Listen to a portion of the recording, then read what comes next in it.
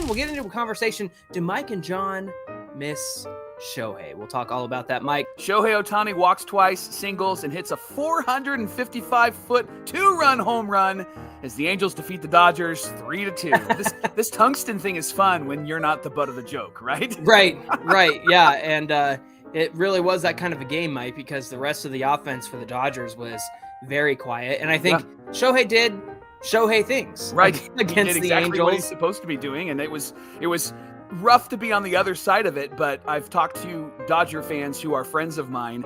I don't know how we're friends, but somehow it worked out. But they have talked about Shohei, and I said, watch out, June is Shohei's month. He's going to win the MVP this month. He'll cool off, not necessarily stop just killing people and playing incredible. He'll cool off and not hit a home run every other game for the rest of the season, but June, he's going to go off. That's typically what Shohei did with the Angels. Mike and John love Shohei Ohtani. Yes. And we love the man, we love the player, we love Shohei Ohtani. It was frustrating when he left, but we know that that's not on him, that's on the Angels organization. So I'm prefacing all of that with these comments. John, I miss him as a person because he seems to have great character. Yeah. Obviously was very concerned about Sandoval and his injury.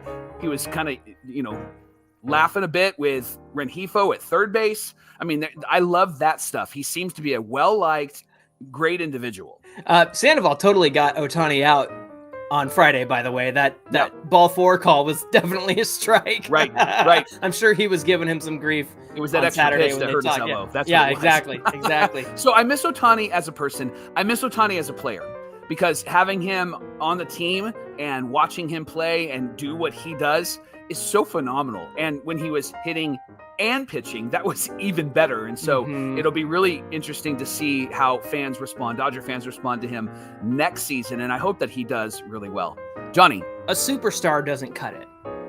And we all know Trout and Ohtani and even Rendon didn't play a lot of games together. It was like 30% of the games that they could have played together or out of 100 is what they played, right? Yeah. So at the end of the day, we can wax poetic about, well, it was this injury and that injury, and the Angels didn't sign starting pitching to go around Ohtani or Trout or what have you, right?